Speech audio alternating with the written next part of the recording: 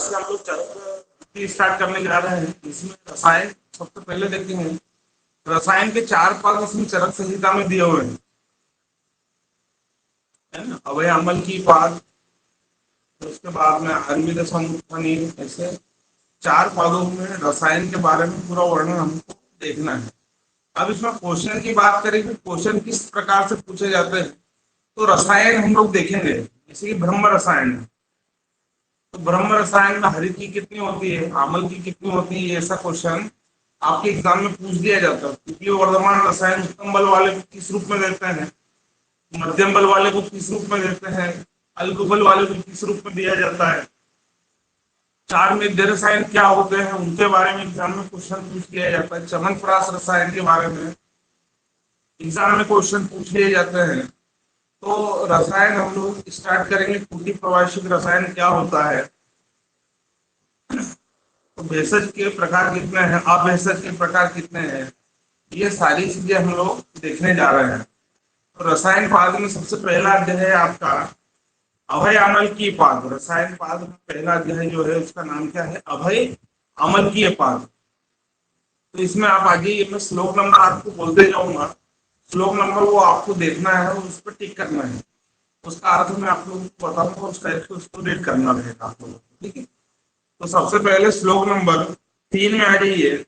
भेषज के पर्याय बतलाए गए। आपके एग्जाम में 2 नंबर में कई बार क्वेश्चन पूछ लिया जाता है कि भेषज के पर्याय लिखिए, और आपकी एमसीक्यू के एग्जाम में क्वेश्चन पूछ लेते हैं कि निम्न में से भेषज का पर्याय नहीं है। तो भेषज के 9 पर्याय आचार्य चरक द्वारा वर्णित है। श्लोक नंबर 3 पे टिक करना है। चिकित्सितम व्याधिहरम पथ्यम साधनम औषधम, चिकित्सितम व्याधिहरम पथ्यम साधनम औषधम, प्रायश्चितम परसमनम, प्रकृति स्थापनम और हितम। ये 9 पर्याय बतलाए गए। भेषज के पर्याय आपसे पूछ कितने माने, तो भेषज के पर्याय जो है आचार्य चरक ने कितने माने, 9 माने। कौन कौन से हैं, चिकित्सितम व्याधिहरम पथ्यम साधनम औषधम, प्रायश्चितम प्रशमनम, प्रकृति स्थापनम और हितम, है ना। कौन कौन से हुए चिकित्सा के पर्याय, क्या क्या है भाई, भेषज के पर्याय स्थापनम हितम, ये जो है चिकित्सा या भेषज के पर्याय हो गए। नेक्स्ट आ जाइए श्लोक नंबर 4 में टिक करना।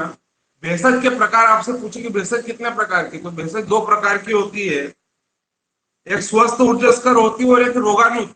2 प्रकार की होती है, जो हमारे स्वास्थ्य को बढ़ाने वाली होती है, जिसमें रसायन और वाजीकरण होते हैं। किंचित रोग प्रशमन, रोग को दूर करने वाली। इस प्रकार से भेषज के 2 प्रकार होते हैं। श्लोक नंबर 4 में टिक करना। भेषजम द्विविधम, भेषज कितने प्रकार की, 2 प्रकार की। आगे टिक करना स्वस्थ ऊर्जस्करम, स्वस्थ ऊर्जस्करम मतलब कि जो स्वास्थ्य को बढ़ाने वाली होती है, और किंचित आर्तस्य रोगनुत, जो रोग को दूर करने वाली होती है। इस प्रकार से भेषज के प्रकार कितने हो गए, 2। जो स्वस्थ ऊर्जस्कर है, स्वस्थ ऊर्जस्कर में 2 चीजें आती है, रसायन और वाजीकरण, और किंचित रोग अर्तनुष्य, और रोग को दूर करने वाली। इस प्रकार से भेषज के प्रकार आपसे एग्जाम में क्वेश्चन पूछा जाए कि भेषज के कितने प्रकार है, तो 2 प्रकार। फिर श्लोक नंबर नीचे आ गई, 4 नंबर के नीचे 5 नंबर का श्लोक टिक करना। अभेषज के प्रकार आपसे पूछे जाए कितने हैं, तो अभेषज के प्रकार जो है श्लोक नंबर 5 में देखिए। अभेषजम द्विविधम बादनम सनुबादनम। बादन मतलब कि जो तत्काल आपको पीड़ा पहुंचाती है, ऐसी औषध जो ऐसी अभेषज जो कि आपको तत्काल पीड़ा पहुंचाती है, उसको हम क्या कहते हैं, बादन। और सनुबादन जो धीरे धीरे पीड़ा पहुंचाती है, उसको सनुबादन कहते हैं। भेषज अभेषज के 2 प्रकार टिक करना।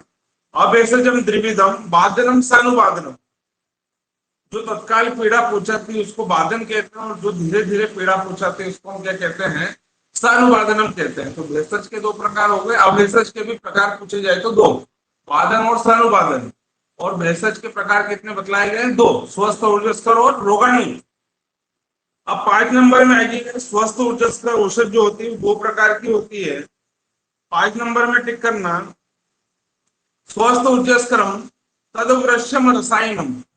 स्वस्थ ऊर्जस्कर के प्रकार आपसे पूछे कितने, तो स्वस्थ ऊर्जस्कर 2 प्रकार की होती है, रसायन और वाजीकरण। नीचे टिक करना। प्राय प्रायण रोगाणु द्वितीय प्रशमनम मते, और जो दूसरी रोगाणु होती है वो रोगों को दूर करने वाली होती है। स्वस्थ ऊर्जास्कर मतलब कि स्वस्थ व्यक्ति भी ले सकता है। स्वस्थ व्यक्ति किसको ले सकता है? रसायन और वाजीकरण को ले सकता है। और दूसरा जो होता है रोगाणुत जो होती है तो रोगों को दूर करने के लिए होती है। तो स्वस्थ ऊर्जास्कर के दो प्रकार याद रखना कौन कौन से है? रसायन और वाजीकरण। अब श्लोक नंबर 7 में आइए, रसायन के लाभ आपसे पूछ लिया एग्जाम में 2 नंबर में या 5 नंबर में कि रसायन की परिभाषा लिखते हो, रसायन के लाभ लिखिए। तो एक ही श्लोक में आचार्य चरक ने रसायन की परिभाषा भी और रसायन के लाभ भी बतलाए। ये श्लोक आपको याद होना चाहिए, वाइवा में और आपको बीएमएस एग्जाम में भी पूछ लिया जाता है। तो श्लोक नंबर 7 में टिक करना, दीर्घम आयु स्मृति मेधम आरोग्य तरुणम वही। दीर्घम आयु स्मृति, जो आपकी आयु को दीर्घ करता, कौन करता? रसायन। दीर्घम आयु स्मृति, स्मृति को बढ़ाने वाला होता है। मेधम आरोग्य में तरुणम वही, जो मेधा को बढ़ाता है, आपकी युवावस्था को बनाए रखता है। मेधम आरोग्यम तरुणम वय। प्रभाव वर्ण स्वर उदारी, प्रभा मतलब स्किन की जो प्रभा है, जो आप फेस को बढ़ाता है। प्रभाव वर्ण स्वर उदारी, आपके स्वर को भी बढ़ाने वाला होता है। देह इंद्रिय परम बलम परम, जो देह इंद्रिय और बल को बढ़ा देता है। वाक सिद्धि प्रणीतम कांति लपटे न रसायन, वाक सिद्धि को बढ़ाने वाला जो होता है उसको हम रसायन कहते हैं। ये श्लोक आपको पूरा याद होना चाहिए। रसायन के लाभ का श्लोक एग्जाम में यहाँ से एक लाइन उठा के, पीजी में क्वेश्चन का प्रकार क्या रहता है, यहाँ से एक लाइन उठा के डाल देते कि वाक सिद्धि प्रणीतम, ये चरक ने किसके लिए बोला? दीर्घम आयु स्मृति मेधम आरोग्यम तरुणम, ये चरक ने किसके लिए बोला? प्रभाव वर्ण सूर्योदारी, चरक ने किसके लिए बोला? इस श्लोक डाल के पूछ लेते थे चरक ने किसके लिए बोला है? रसायन के लिए कहा है। ये तो हो गया रसायन के लिए। 8 नंबर में रसायन की परिभाषा जो संक्षिप्त, ये ऊपर वाला रसायन का लाभ है। दीर्घम आयु स्मृति मेधम आरोग्य में तरुण प्रभाव वर्ण सूर्योदारी देहेन्द्रिय बलम परम वाक सिद्धि प्रणीतम कांति लपते न रसायन, ये रसायन के लाभ हो गए। रसायन की परिभाषा पूछे तो 8 नंबर में टिक करना, लाभोपाय ही सस्ता नाम रसादी नाम रसायन। शरीर में रस रक्त धातुओं की उपलब्धि को बढ़ाने वाले जो साधन होते हैं उसको हम क्या कहते हैं? रसायन कहते हैं। तो लाभोपायो ही सस्ता नाम रसादी नाम रसायन। ये तो रसायन की परिभाषा हो गई। वाजीकरण की परिभाषा भी टिक करना है आपको। वाजीकरण की परिभाषा चरक के अनुसार टिक करना 9 नंबर के श्लोक में। 9 नंबर के श्लोक में टिक करना, अपत्य संतान कर्म यत्य सद्य सम हर्षणम वाजीवाती बलो येन याते प्रतिहत स्त्रिय, जो औषध पुत्र प्रपोत्र आदि की परंपरा को स्थापित करती, जो औषध के सेवन से शीघ्र ही रति की शक्ति को उत्पन्न हो जाती है और मनुष्य अति बलशाली होकर के मैथुन क्रिया में प्रवृत्त हो जाता है। इस औषध को लेने से मनुष्य रति क्रिया में अर्थात मैथुन क्रिया में बल के साथ प्रवृत्त हो जाता है, उसको हम क्या कहते हैं? वाजीकरण कहते हैं। तो ये चरक की अपत्य संतान कर, ये चरक ने किसके लिए बोला? तो अपत्य मतलब कि जिसको बच्चे नहीं होते हैं उनको संतान की प्राप्ति होती है। यत्य सद्य संप्रहणम, जिसको लेने से मनुष्य में तत्काल जो होता है मैथुन शक्ति उत्पन्न हो जाती है। वाजीवती बलोयन, जिसके सेवन से मनुष्य में घोड़े के समान शक्ति प्राप्ति होती है, उसको हम वाजीकरण कहते हैं। चरक ने कहा। ऊपर आचार्य भेषज सारंगधर के अनुसार परिभाषा लिखना, वाजीकरण की परिभाषा सारंगधर के अनुसार। रसायन की परिभाषा लिखना, वाजीकरण की नहीं, रसायन की परिभाषा सारंगधर के अनुसार लिखना। सारंगधर के अनुसार रसायन की परिभाषा, यत जरा व्याधि नाशनम, यत जरा व्याधि नाशनम रसायनम, ये सारंगधर ने बोला, लिखना। सारंगधर के अनुसार यत जरा व्याधि विनाशनम, यत जरा व्याधि विनाशनम, ये रसायन की परिभाषा किसने बताई? सारंगधर ने। यत जरा व्याधि विनाशनम, यत जरा व्याधि विनाशनम रसायनम, ये परिभाषा सारंगधर के अनुसार लिखना। किसके अनुसार है? सारंगधर के अनुसार। और भेषज रत्नावली के अनुसार परिभाषा लिखना। भेषज रत्नावली के अनुसार रसायन की परिभाषा लिखो, यज जरा व्याधि विध्वंसम, यज जरा व्याधि विध्वंसम तद रसायनम, यद जरा व्याधि विध्वंसम तद रसायनम, ये परिभाषा किसने बतलाई? भेषज रत्नावली ने बतलाई है। तो ये रसायन और वाजीकरण की परिभाषा आपकी हो गई। नेक्स्ट पेज पे आ जाइएगा। नेक्स्ट पेज पे श्लोक नंबर 14 में टिक करना, वही स्वस्थ ऊर्जस का औषध के 2 प्रकार पुनः बतलाए गए 14 नंबर के श्लोक में। देखिए 14 नंबर के श्लोक में टिक करना, स्वस्थ ऊर्जस्करम द्विविधम प्रोक्तम औषधम। स्वस्थ ऊर्जस्कर दो प्रकार की होती है। कौन कौन से प्रकार? रसायन और वाजीकरण। 14 नंबर के श्लोक के लास्ट में आइए, सेकंड लाइन के लास्ट में टिक करना, रसायन विधि च अग्रे वाजीकरण में उच्च। अर्थात स्वस्थ ऊर्जस्कर औषध दो प्रकार की होती है, रसायन और उसके बाद में दूसरी कौन सी? वाजीकरण।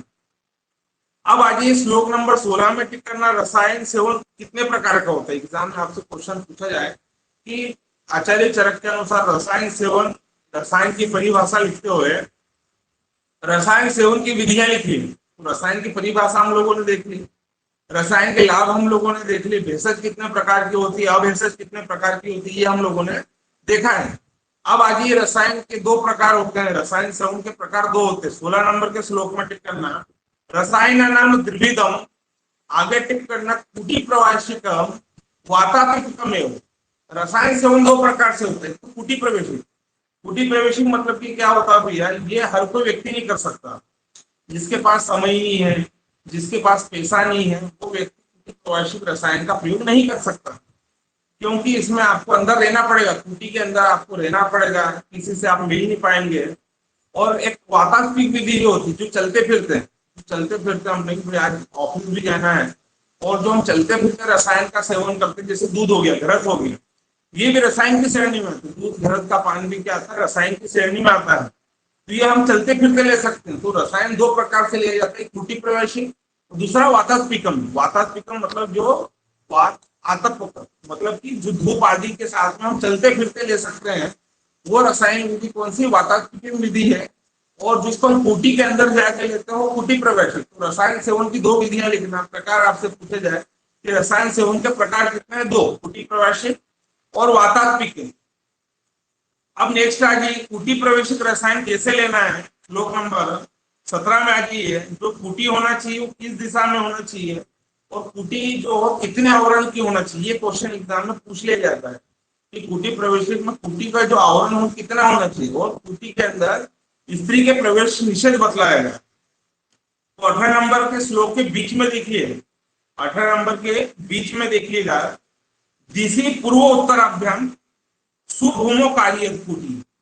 जो कुटी आपको निर्माण करना है, रसायन मान लो आपके पास पेशेंट आया और आपने बोला कि नहीं आपको कुटी प्रवेशिक रसायन विधि का प्रयोग कराएंगे हम लोग, ऐसे वाला अच्छे धनवान व्यक्ति है, कोई दिक्कत नहीं, टाइम की भी उसके पास कोई कमी नहीं है, हमने बोला कि आपको कुटी प्रवेशिक रसायन विधि का प्रयोग करना पड़ेगा, तो उसने वो एग्री है। तो हम कुटी का निर्माण करते हैं, कुटी का मुख किधर होना चाहिए? पूर्व और उत्तर की तरफ। एग्जाम में पीजी में क्वेश्चन पूछते हैं कि कुटी प्रवेशिक रसायन विधि में कुटी का मुख किधर होना चाहिए? तो पूर्व और उत्तर की तरफ होना चाहिए। कुटी प्रवेशिक रसायन विधि में कुटी का मुख किधर होना चाहिए? पूर्व और उत्तर की तरफ।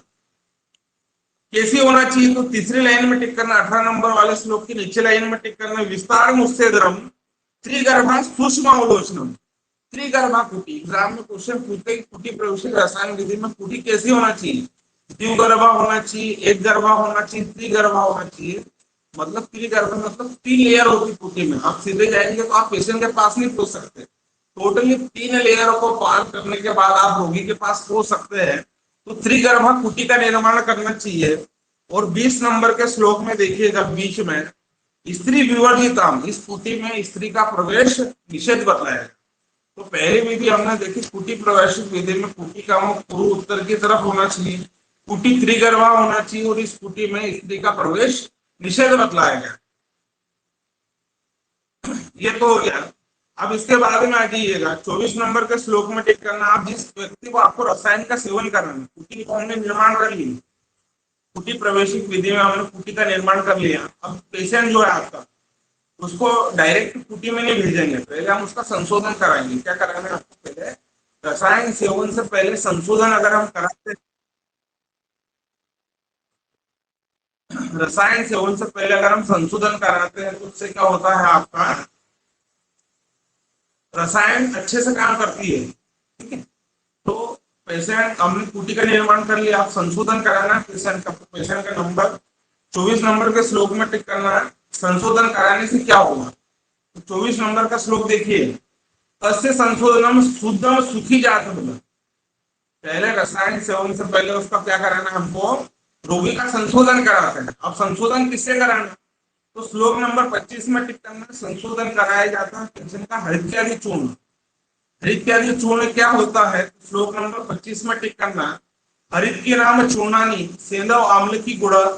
हरित की होती है, सेंधव होता है, आम्ल की होती, गुड़ होती है। आगे टिक करना, वचा विडन रचनी पिपली विश्व भेषजाम। वचा होती, विडन होती, पिपली विश्व भेषजाम विवेद उष्णाम्बुनम। और ये हरित्यादि चूर्ण है ना, पेशेंट को ये हरित्यादि चूर्ण नाम देते हैं संशोधन के लिए। किसके साथ देते हैं, पिबेद उष्णाम्बुनम, गर्म पानी के साथ में उसको पिला देते हैं। फिर 27 नंबर के श्लोक में टिक करना, त्रिरात्रम यावतम विद्यार्थी पंचाम वापि सर्पिशाम सप्ताम वहा पुराणस्य। तो उसके बाद में जो इसको हीन शुद्धि हो, हीन शुद्धि वाले को 3 दिन, मध्यम शुद्धि वाले को 5 दिन और प्रवर शुद्धि वाले को 7 दिन तक यवा वो खिलाते हैं। अगर आपने हरित्यादि चूर्ण से उसको संशोधन करा दिया तो उसको 3 दिन तक, अगर अवर शुद्धि हुई है तो उसको 3 दिन तक यवागु का पान कराते हैं। मध्यम शुद्धि हुई है तो 5 दिन तक यवागु का पान कराते हैं। और प्रवर शुद्धि में 7 दिन तक यवागु का पान कराना चाहिए। ये तो हो गया आपका संशोधन हो गया, ठीक है। तो कुटी प्रवेश रसायन विधि में उसको रसायन सेवन से पहले हमको क्या कराना है, संशोधन कराना। कुटी का निर्माण किया, फिर संशोधन करा दिया। संशोधन के बाद में अब जो एक एक रसायन आपके आएंगे, उन रसायनों में जो आपको पेशेंट को लगे कि भाई ब्रह्म रसायन देना है, चमनप्राश रसायन देना है, कौन सा रसायन देना है, जो भी उसको हम देना चाहें वो दे सकते हैं।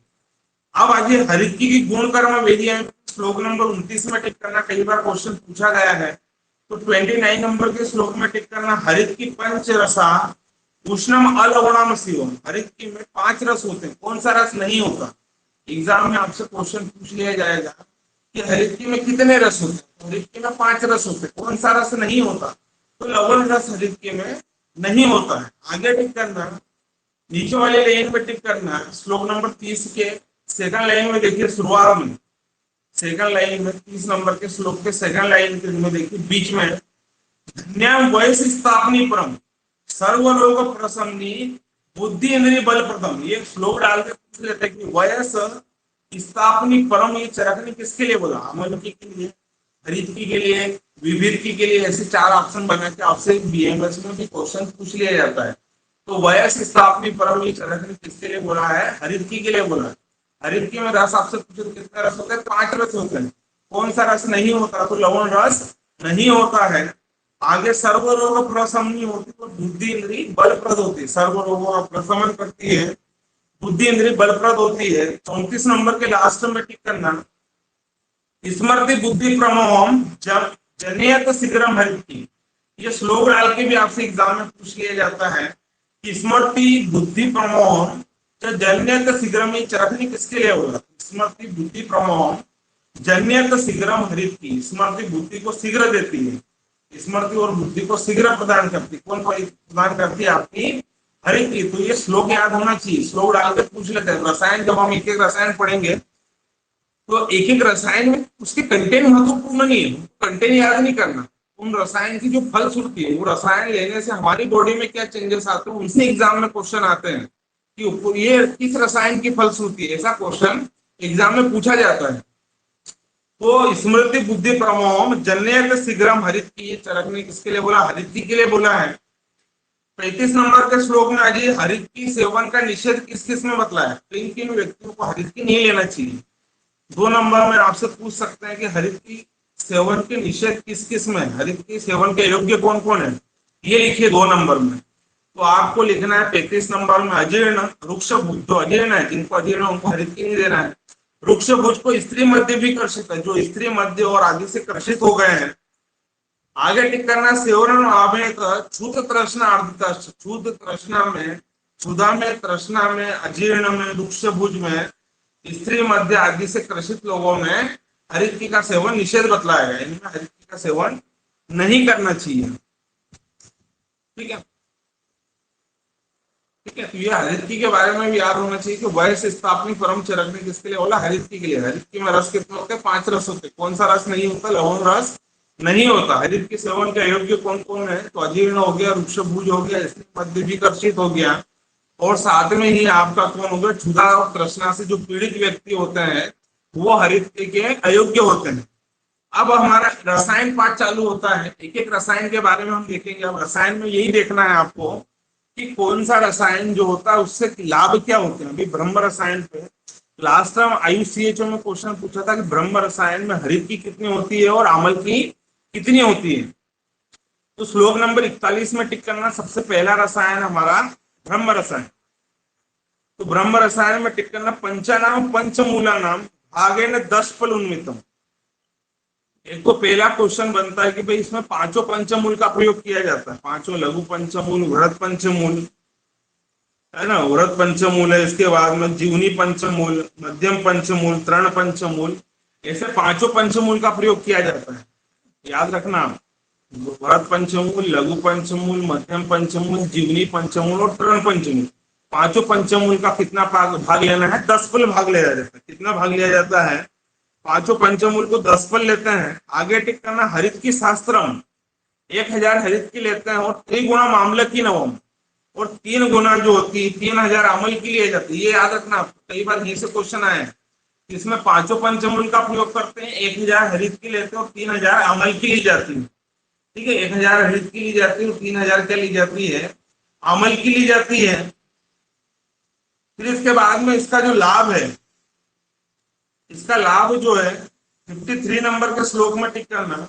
इसका लाभ जो दिया हुआ वो 53 नंबर के श्लोक में देखिए आप, 53 नंबर के श्लोक में टिक करना ना। पहले तो मात्रा दी गई, कितनी मात्रा में लेना चाहिए। ब्रह्म रसायन हमने देखा कि इसमें पांचों पंचमूल होते हैं, 1000 हरित की होती है और 3000 अमल की होते हैं। MCQ से क्वेश्चन यही से आएगा। बाकी आपको चाहे तो ब्रह्म रसायन की हिंदी आपको पढ़ना है BMS के लिए तो आप पढ़ सकते हैं। बाकी नॉर्मली क्वेश्चन PG में MCQ में यही पूछते हैं कि इसमें हरित की कितनी होती है, 1000 होती है, अमल की कितनी होती है, 3000 होती है, कितने पंचमूल लिए जाते हैं, तो पांचों पंचमूल लिया जाता है। कौन सा पंचमूल नहीं है, तो 5 पंचमूल में वृहत पंचमूल है, लघु पंचमूल है, जीवनी पंचमूल है, मध्यम पंचमूल है और तृण पंचमूल है। ये पांचों पंचमूल 10 फल भाग में लेते हैं। अब इसको, इसकी जो मात्रा दी गई है वो टिक करना। लेना कैसे, तो 53 में टिक करना। 53 नंबर का श्लोक देखिए, यो न योगोदितम आहारम एकम मात्रा में जरा प्रति षष्टिकम पैसा चात्रम जीर्णम भैषजम इष्यते, जीर्णम भैषजम इष्यते। तो इसे उतनी मात्रा में लेना चाहिए जो एक बार में आप ले सकते हैं। जितना खाने से भोजन की मात्रा में कमी नहीं हुई, इतनी मात्रा में लेना है जो भोजन आप डेली ले रहे थे उतना भोजन आप ले सकें।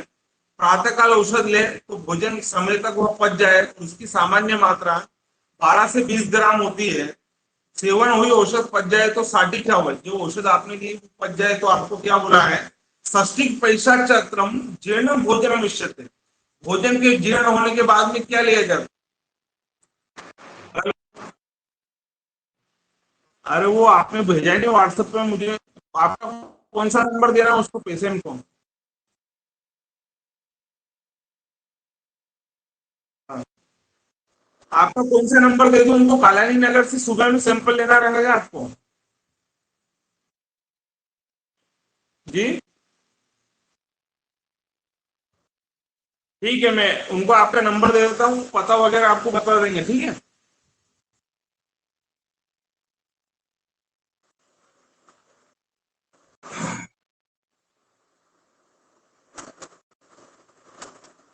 तो एक तो इसकी मात्रा इतनी होनी चाहिए जिससे भोजन की मात्रा में कमी ना हो, और औषध को लेने के बाद में जब औषध जीर्ण हो जाए तब आपको षष्ठी साली को किसके साथ में लेना है, दूध के साथ में लेना है। इसके सेवन से लाभ क्या हुए, श्लोक नंबर 54 में टिक करना। इसके सेवन से वेखान से बाल खिल्य चैन्यम तपोधन, इस रसायन का सेवन करके वेखान से बाल खिल्य तथा अन्य तपस्वी जन अनंत काल तक जीवित रहे। ब्रह्म रसायन का सेवन किसने किया, तो वेखानस नाम के ऋषि, बाल खिल्य नाम के ऋषि और अन्य तपोधन नाम के ऋषि ने इस रसायन के सेवन से बहुत अधिक आयु इन्होंने प्राप्त की थी। ठीक है, तो ये आपको है ब्रह्म रसायन के बारे में याद रखना। अब ब्रह्म रसायन के बाद में आ जाइए नेक्स्ट पेज पे, श्लोक नंबर 58 में आ जाइएगा। श्लोक नंबर 58 में टिक करना। जो दूसरा रसायन है आपका द्वितीय ब्रह्म रसायन, पहला तो ब्रह्म रसायन, द्वितीय ब्रह्म रसायन के बारे में टिक करो। 58 नंबर की पहली लाइन में टिक करना, यथो गुणा नाम आमल का नाम सहस्त्रम पिष्ट स्वेद विधि नाम। इसमें जो आमल की ली जाती है, आमल की कितनी लेना, 1000 आमल की लेना।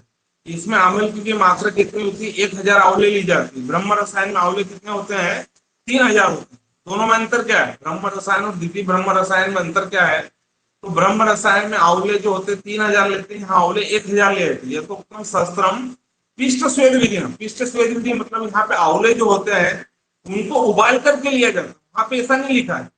ब्रह्म रसायन में 3000 आंवले और 1000 हरित की ली जाती है, और यहाँ पे कितनी बोली है, यहाँ 1000 आंवले पिष्ट स्वेद विधि का प्रयोग किस रसायन में करते हैं, तो पिष्ट स्वेद विधि से आमल की लेने का वर्णन किसमें आया है, द्वितीय ब्रह्म रसायन में आया है। ये आपको टिक करना है, द्वितीय ब्रह्म रसायन पिष्ट स्वेद विधि से लिया जाता है। बस इतना ही अंतर याद रखना आपको, ब्रह्म रसायन और द्वितीय ब्रह्म रसायन में। इसमें जो आंवले लिए जाते हैं वो 1000 लिए जाते हैं, वो किस रूप में लिए जाते हैं, उबले हुए आंवले, जो पिष्ट स्वेद विधि मतलब कि उबले हुए आंवलों का प्रयोग किया जाता है द्वितीय ब्रह्म रसायन। द्वितीय ब्रह्म रसायन की फलश्रुति टिक करना 61 नंबर के श्लोक में देखिए। 61 नंबर का श्लोक जो है वेरी एमपी है, ये श्लोक डाल के पूछ लेते हैं ये किस रसायन की फलश्रुति है। 61 नंबर के श्लोक में टिक करना, धरणी धारणा से वायुना समविक्रम, धरणी धारणा से वायुना समविक्रम। ये श्लोक देख के याद आना चाहिए, भले रटा हुआ ना हो तो चलेगा, ये हमको सिर्फ देख के याद आ जाना चाहिए कि धरणी धारणा से ये चरक ने किस रसायन की फलश्रुति बतलाई है। तो धरणी धारणा से चरक ने द्वितीय ब्रह्म रसायन की फलश्रुति बतलाई है। आगे टिक करना, भौत्यम विषम चस्यम गात्रेते संपद्यते विषम।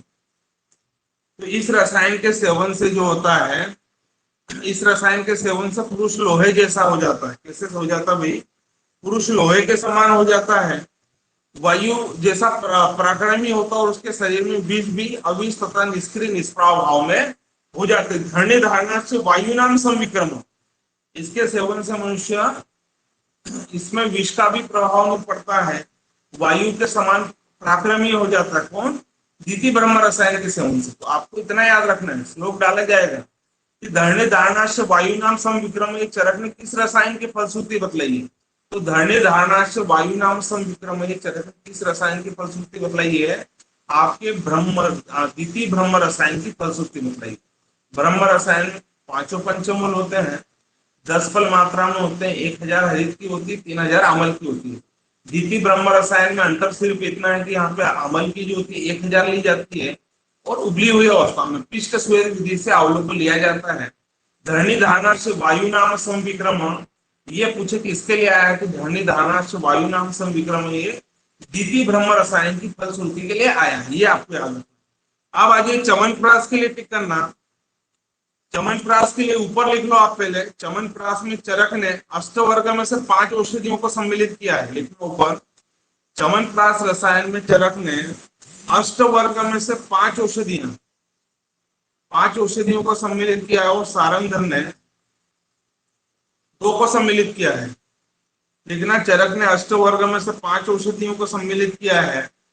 चरक ने अष्टवर्ग में से 5 औषधियां, लिखना, जीवक, ऋज्वक, मेधा, काकोली और वृद्धि।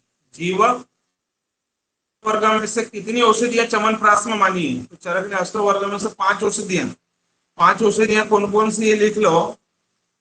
जीवक क्या है, जीवक, ऋष्वक, मेधा, काकुली और वृद्धि। जीवक, ऋष्वक, मेधा, काकुली और वृद्धि, ये 5 औषधियां मानी है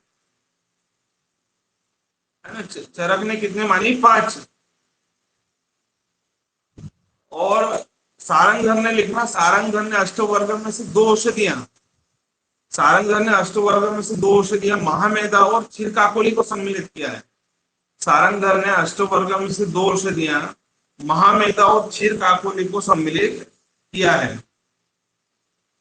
महामेधा और क्षीरकाकोली को सम्मिलित किया किसने, सारंगधर ने। ये दोनों पॉइंट याद रखना आपने। चरक ने 5 औषधियां सम्मिलित की अष्टवर्ग में से, सारंगधर ने अष्टवर्ग में से 2 औषधियों को सम्मिलित किया है। फिर लिख लेना, ऊपर लिख लेना, चरक ने च्यवनप्राश हेतु पदार्थ द्रव्य की संख्या 36 मानी। चरक अनुसार च्यवनप्राश निर्माण हेतु क्वाथ द्रव्य की संख्या लिख लेना चरक अनुसार। च्यवनप्राश निर्माण हेतु क्वाथ द्रव्य की संख्या लिख लेना कितनी मानी गई है। तो च्यवनप्राश में क्वाथ द्रव्य की संख्या कितनी मानी, 36 मानी गई। इसमें कुछ के नाम आप लोग पढ़ना है आपको।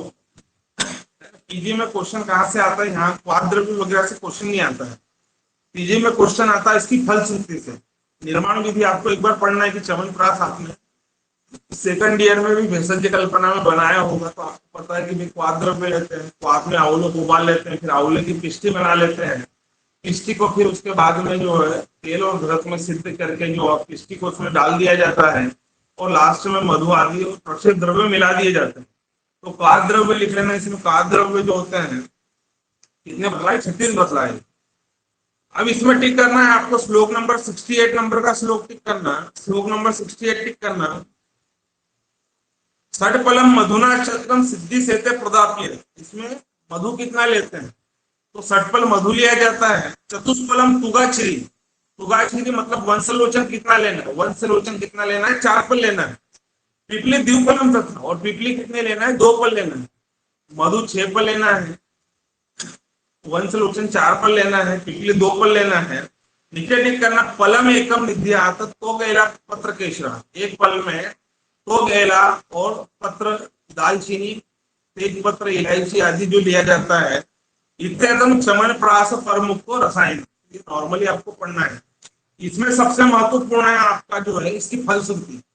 च्यवनप्राश की फलश्रुति से एग्जाम में बीएमएस में और पीजी में क्वेश्चन पूछ लिए जाते हैं। तो श्लोक नंबर 70 में आ जाइएगा। श्लोक नंबर 70 में देखिए, काश श्वास हर्ष विशेषण उद्देश्य थे, जिसको खांसी और श्वास की समस्या है, काश श्वास में च्यवनप्राश दिया जाता है। क्षीण क्षतानाम वृद्धानाम बालानाम च अंगवर्धनम, इसकी विशेष करना। बालानाम च अंगवर्धनम चरक ने किसके लिए कहा, तो बालानाम च अंगवर्धनम चरक ने जो है नीरुवस्ती के लिए भी कहा है और च्यवनप्राश के लिए भी कहा और महापेशाची घृत के लिए भी कहा। तीनों के लिए लिख लेना। बालानाम च अंगवर्धनम चरक ने च्यवनप्राश, नीरुवस्ती और महापेशाची घृत, अभी हम उन्माद पढ़ेंगे तो उन्माद की चिकित्सा में महापेशाची घृत बतलाया चरक ने। तो बालानाम च अंगवर्धनम में चरक ने किसके लिए कहा, तो बालानाम च अंगवर्धनम च्यवनप्राश के लिए आया है, महापेशाची घृत के लिए आया है और आपके जो है किसके लिए आया है, नीरुवस्ती के लिए। तो ये इसका फलश्रुति याद रखना। बालानाम च अंगवर्धनम और हिक्का श्वास में, काश और श्वास में मुख्य रूप से दिया जाता है। तीसरी लाइन में आ जाइए, 70 नंबर का जो श्लोक है इसकी तीसरी लाइन में टिक करना। अस्य मात्रा प्रीण्यतम यो वृद्धानाम भोजनम। अस्य मात्रा मतलब इतनी मात्रा लेते हैं कि जिससे भोजन की मात्रा में आपका कोई डिफेक्ट ना हो, भोजन की मात्रा प्रभावी ना हो, इतनी मात्रा में लिया जाता है।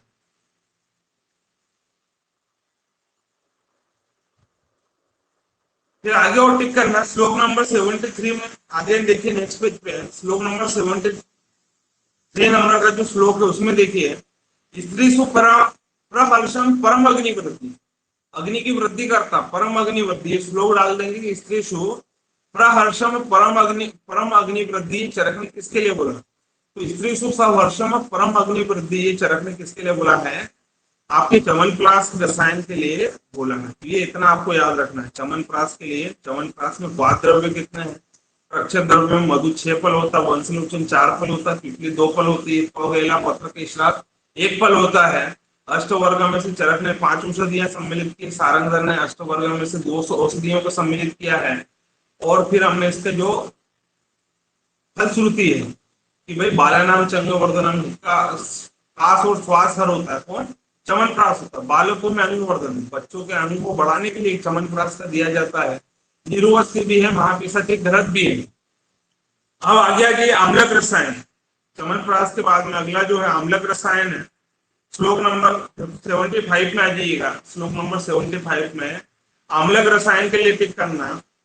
यथा आमल की हरित की नाम, आम्ल को विभिन्न का नाम, हरित की विभिन्न का, आम्ल की हरित की विभिन्न की काना नाम, प्लास तत्वबद्धा नाम, मध्य लिप्ता नाम। पहली लाइन को नीचे सेकंड लाइन के बीच तक टिक करना है। इसमें क्या बोला है, आंवले और हरित की, आंवला और विभिन्न की, या हरित की और विभिन्न की, या आंवला हरित की विभिन्न की, इन चारों रसायन योगों में से किसी एक को याद कर लेना। चार चीजें बताइए, या तो आंवले के साथ में क्या लेना है आपको, हरित की लेना है। दूसरा बोला कि या तो फिर आंवले के साथ में विभिन्न की ले लो, आंवले के साथ में हरित की, आंवले के साथ विभिन्न की। तीसरा देखा कि या तो हरित की और विभिन्न की ले लो, तीसरा योग। ये चौथा योग बोला कि आंवला, हरित की, विभिन्न की, तीनों ले लो। इन चारों योगों में से किसी भी एक योग को लेकर के चारों ओर से उसके ऊपर गीली मिट्टी का लेप करके प्लास प्लास की छाल में लपेट देते हैं, प्लास की छाल में उसको लपेट देते हैं। तो जो हमारा इसके सेवन काल में लिख दो, ये हिंदी आपको पढ़ना है, यहाँ पे आपको योग याद रखना है सिर्फ कि आम्ल रसायन में क्या क्या लिए जाते हैं। तो आंवले के साथ हरित की है, आंवले के साथ विभिन्न की है, हरित की के साथ विभिन्न की, और आंवला, हरित की, विभिन्न की, चारों में से किसी को भी ले सकते हैं और उसको प्लास के छाल आदि से लपेट करके उसका प्रयोग किया जाता है। अब इसमें जो आप क्वेश्चन ये पूछते हैं कि आम्लक रसायन सेवन में किसका निषेध है, तो लिख लेना आम्लक रसायन सेवन में अन्न सेवन का निषेध है। अम्लक रसायन सेवन आप ले रहे हैं तो उस समय आपको अन्न का सेवन नहीं करना है। अम्लक रसायन सेवन काल में अन्न का निषेध है। अम्लक रसायन सेवन काल में लिख लेना अन्न का निषेध बतलाया। अम्लक रसायन सेवन काल में अन्न का निषेध है। अम्लक रसायन सेवन काल में अन्न का प्रयोग नहीं करना चाहिए, ये आपको याद है। लास्ट आ जाइएगा हरित की, फर्स्ट हरित की 77 नंबर में फर्स्ट हरित की रसायन की फलश्रुति टिक करना है। जो छठा हरित की रसायन है इसकी फलश्रुति क्या दी हुई है, तो फर्स्ट हरित की रसायन की फलश्रुति में टिक करना। श्लोक नंबर 77 नंबर के श्लोक में टिक करना। पहले दूसरी तीसरी लाइन छोड़ दो, पहले दूसरी तीसरी लाइन छोड़ दो। 77 नंबर के श्लोक की पहले दूसरी तीसरी लाइन छोड़ करके चौथी लाइन के बीच में देखिए, चौथी लाइन के बीच में टिक करना। त्रिवर्ष प्रयोगादर्शम वर्षम शतमंजरम वयम तिष्ठति। 3 साल तक अगर हम इसको लेते हैं, कितने साल तक लेते हैं भैया, 3 साल तक लेते हैं तो मनुष्य की आयु कितने वर्ष हो जाती है, 3 साल तक इसका प्रयोग करने से वर्षम शतमंजरम, मनुष्य की आयु कितने वर्ष हो जाती है, 100 वर्ष। षष्ठ हरित की रसायन कितने साल तक लेने से मनुष्य की आयु 100 वर्ष हो गई, 3 साल तक अगर हम हरित की रसायन लेते हैं तो हमारी आयु 100 वर्ष हो जाती है। और इसी के नीचे देखिए वर्ष शतम अजरम के जस्ट नीचे देखिए गात्रम अश्मभूतम स्थिरम भवति। इस रसायन के सेवन से मनुष्य का शरीर जो होता है पत्थर के समान हो जाता है। भाई ऐसा कोई रसायन हमको मिल जाए जिससे हमारा शरीर पत्थर के समान हो जाए, तो गात्र अश्मभूतम स्थिरम भवति, मनुष्य का शरीर पत्थर के समान कठोर हो जाता है। इस रसायन के सेवन से हो जाता है। तो षष्ठ हरित इत्यादि रसायन के सेवन से मनुष्य का शरीर जो होता है ये पत्थर के समान हो जाता है, ये आपको याद रखना है। लास्ट आ जाइए, इस चैप्टर का लास्ट श्लोक है, 78 नंबर का श्लोक भी दिया हुआ है। लास्ट 78 नंबर का श्लोक टिक करना। श्लोक नंबर 78 में टिक करना, यथा अमरणाम अमृतम, यथा अमरणाम अमृतम तथा भोक्ताम सुधा, तथा भोक्ताम सुधा तथा महर्षिणाम रसायन विधि पुरा न जरा न दुर्बल्यम नातु निधनम च। जिस तरह देवताओं के लिए अमृत और नागों के लिए सुधा है, जिस तरह देवताओं को आपने देखा हो किसके लिए लड़ते हैं, अमृत के लिए लड़ते हैं, और जिस प्रकार नागों के लिए सुधा है उसी तरह प्राचीन काल में महाऋषियों के लिए क्या थी, रसायन विधि थी। जिस प्रकार देवताओं के लिए अमृत, नागों के लिए सुधा, उसी प्रकार प्राचीन काल में महाऋषियों के लिए कौन सी विधि हुआ करती थी, तो महाऋषियों के लिए रसायन विधि प्रसिद्ध थी। लास्ट श्लोक नंबर 80 के रेफरेंस वाइज टिक कर लेना। रसायन सेवन से मोक्ष की प्राप्ति भी होती है। श्लोक नंबर 80 में आप हिंदी में टिक कर लो सिर्फ के रसायन सेवन से मोक्ष की प्राप्ति भी होती है। और 81 नंबर के श्लोक में टिक करना, इस अध्याय में कितने रसायन योगों का वर्णन है, तो श्लोक नंबर 81 के बीच में टिक करना। अभय आमली की इसमें नाम सड़योगा प्रकृति, अभय आमल की पाद में कुल कितने रसायन योगों का वर्णन आया, तो अभय आमल की पाद में कुल कितने रसायन योगों का वर्णन आया, 6 रसायन योगों का वर्णन इस अध्याय में आया। कितने रसायन योगों का वर्णन आया, 6 रसायन योग। तो ये पहला अध्याय हमारा, आपसे हमने संहिता स्टार्ट की, तो थोड़ा सा आप लोगों को अलग लग रहा होगा क्योंकि संहिता पढ़ना और सब्जेक्ट पढ़ने में बहुत अंतर है। तो पढ़ना आपको यही है, यही से क्वेश्चन आएंगे आप लोगों के एग्जाम में, चाहे वो पीजी हो, बीएमएस की एग्जाम हो। तो पहला अध्याय हम लोगों ने कहाँ से देखा है कि उसका फास्ट रिवीजन लेते हैं। आज पहली क्लास है इसलिए ज्यादा नहीं पढ़ा रहा हूँ, ओनली एक ही चैप्टर हम कर रहे हैं, क्योंकि धीरे धीरे आपकी रूटीन बढ़ेगी, धीरे धीरे आपको जो है अच्छे से और खास रूप से समझ में आने लगेगा। तो पहला अध्याय हमने क्या देखा, इसकी का रिवीजन लेके हम इसको खत्म करेंगे, कल हम आगे से देखेंगे। तो पहली क्लास से आपकी संहिता की, इसलिए थोड़ा सा हम लोग कम ले रहे हैं, क्योंकि आपका कवर भी होना चाहिए। कल हम थोड़ा सा दोनों अध्याय देखेंगे, सेकंड पार्ट और थर्ड पार्ट दोनों देखेंगे। तो ये आज तो हमने देखा एक तो भेषज के पर्याय कितने हैं, तो 9 पर्याय बताए। चिकित्सितम व्याधिहरम पथ्यम साधनम औषधम प्रायश्चितम परसमनम प्रकृति स्थापनम हितम, ये हमने 9 भेषज के पर्याय देखे। फिर हमने देखा कि भाई भेषज 2 प्रकार की होती है, स्वस्थ ऊर्जस्कर और रोगाणुत। तो स्वस्थ ऊर्जस्कर औषध 2 प्रकार की होती है, रसायन और वाजीकरण। अभेषज के भी 2 प्रकार होते हैं, बाधन और सनुबाधन। जो तत्काल नुकसान पहुंचाती है वो बाधन, जो धीरे धीरे नुकसान पहुंचाती है उसको हम क्या कहते हैं, सनुबाधन कहते हैं। फिर हमने रसायन के लाभ देखे कि दीर्घम आयु स्मृति मेधम आरोग्यम तरुणम वय प्रभाव वर्ण स्वर औदार्य देहेंद्रिय बलम परम वाक्य सिद्धि प्रणीतम कांति लपतेना रसायनम, ये रसायन के लाभ हो गए। लाभोपाय सत्ता नाम प्रसादी नाम रसायन में, रसायन की परिभाषा चरक ने बतलाई है। यत जरा व्याधि विनाशनम, सारंगधर ने बोला, और यत जरा व्याधि विध्वंसी रसायनम, ये जैसे रत्नावली ने बोला। तो सारंगधर और वैसे रत्नावली के अनुसार अपत्य संधान कर सद्य संप्रहर्षणम वाजी वाकी बलो, ये वाजी वाकी बलो, जिसी औषध जिसके सेवन से संतान, जिसके यहाँ संतानी संतान उत्पन्न हो जाती है, मैथुन अर्थात रति क्रिया में शक्ति आ जाती है, अश्व के समान घोड़े के समान मनुष्य रति क्रिया में संपन्न हो जाता है, इसी औषध को हम क्या कहते हैं, वाजीकरण कहते हैं। यह हमने देखा। फिर हम लोगों ने देखा रसायन सेवन की 2 विधियां होती है, कुटी प्रवेशिक विधि होती है और एक कौन सी होती है, वातात्मक विधि। तो कुटी प्रवेशिक रसायन विधि का प्रयोग जो होता है कैसे किया जाता है भाई, एक त्रिगर्भा कुटी का निर्माण करते हैं, जिसका मुख पूर्व और उत्तर की तरफ होना चाहिए, हमने देखा। फिर और ये जो होती कुटी, इसमें स्त्री प्रवेश का निषेध होती, कितनी होना चाहिए, त्रिगर्भा होना चाहिए, 3 लेयर वाली कुटी होना चाहिए, ये हमने देखा। फिर कुटी में रसायन सेवन से पहले पेशेंट को संशोधन किया जाता है, संशोधन हरित कैदी चूर्ण से करता है। हरित कैदी चूर्ण को गर्म पानी के साथ दिया जाता है। अवर शुद्धि में 3 दिन तक यवागुपान कराते हैं, मध्यम शुद्धि में 5 दिन यवागुपान कराते हैं, और प्रवर शुद्धि में 7 दिन तक यवागुपान कराया जाता है।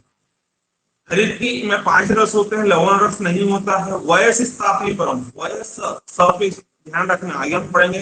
तो वय स्थापनी परम अमल की क्या है, वय स्थापनी परम पूछे तो अमल की है। वयस स्थापनी परम पूछे, वयस सा जाए तो वयस स्थापना परम हरित की है। और हरित की अजीर्ण में वृक्षभुज में स्त्री मध्य आदि से जो प्रसिद्ध है, क्षुधा तृष्णा आदि से पीड़ित व्यक्तियों में हरित का प्रयोग नहीं करना चाहिए, हम लोगों ने देखा। फिर पहला रसायन हमने देखा ब्रह्म रसायन। तो ब्रह्म रसायन में 5 पंचमूल होते हैं, वृहत पंचमूल, लघु पंचमूल, जीवनी पंचमूल, मध्यम पंचमूल और आपका जो है तृण पंचमूल। और इसके अंदर 1000 हरित की होती है और अमल की कितनी होती है, 3000। इसको कब लेना चाहिए, तो भोजन इतनी मात्रा में लेना चाहिए जिससे भोजन की मात्रा में कोई कमी ना हो, और इसके जीर्ण होने पर, औषध के जीर्ण होने पर षष्ठी चावल को दूध के साथ में लेना चाहिए, हमने देखा। इस रसायन के सेवन से बेखानस, बालखिल्य, तपोधन नाम के जो ऋषि हुए उन्होंने अपनी आयु को वृद्धि की थी, जिससे ब्रह्म रसायन से। अब ब्रह्म रसायन के बाद में हमने देखा द्वितीय ब्रह्म रसायन क्या होता है। तो द्वितीय ब्रह्म रसायन में अमल की जो होती है मात्रा 1000 होती है। इसमें अमल किस रूप में प्रयोग की जाती है, पिष्ट स्वेद विधि से प्रयोग की जाती है। इस विधि में प्रयोग की जाती है पिष्ट स्वेद विधि, मतलब उबले हुए अवलों का प्रयोग किया जाता है। द्वितीय ब्रह्म रसायन का हमने फलश्रुति देखी, धरणी धारणा वायु नाम संविक्रमण, धरणी धारणा से वायु नाम संविक्रमण, किस रसायन की फलश्रुति है, तो ये आपके द्वितीय ब्रह्म रसायन की फलश्रुति हमने देखी है ना। धरणी धारणा से वायु नाम संविक्रमण पूछे किस रसायन की फलश्रुति है, तो धरणी धारणा से वायु नाम संविक्रमण, ये आपके जो है द्वितीय ब्रह्म रसायन की फलश्रुति है।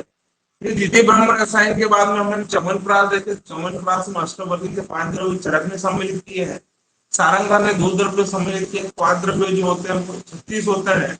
मधु 6 पल लेते हैं, और आपका जो है मधु के अलावा वंशलोचन 4 पल लिया जाता है, पिपली 2 पल लेते हैं, तो गैला एक पल मात्रा में लिया जाता है। इसमें हमने देखा कि बाला नाम चांगोवर्धनम चमनप्राश के लिए आया है।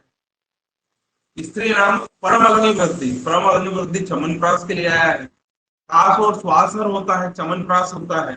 मात्रा वही, जिससे कि भोजन की मात्रा में कमी ना हो, इतनी मात्रा में च्यवनप्राश लेना चाहिए। बालानाम चंद्रवर्धन 3 जगह पे है, वहां पे ऐसा ग्रस्त के लिए आया है, नीरू बस्ती के लिए भी आया है और आपके इसके लिए भी आया है।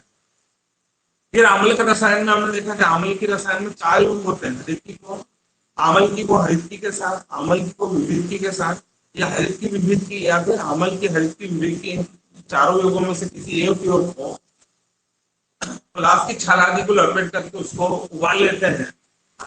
या मान लीजिए इतना महत्वपूर्ण हो, इसमें ये क्वेश्चन पूछते हैं कि अम्लक रसायन सेवन में किसका सेवन निषेध है। तो अम्लक रसायन सेवन में अन्न का प्रयोग नहीं करना है, भोजन आपको नहीं करना है, अन्न सेवन का निषेध बतलाया गया है।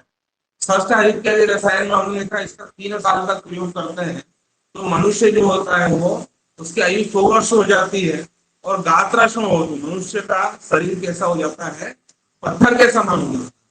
तो आज की क्लास में हमने पहला अध्याय देखा, जब पहली क्लास है 3rd ईयर के हिसाब से, तो हम लोग थोड़ा सा कम ही ले रहे हैं ताकि आप इसको कवर भी करें।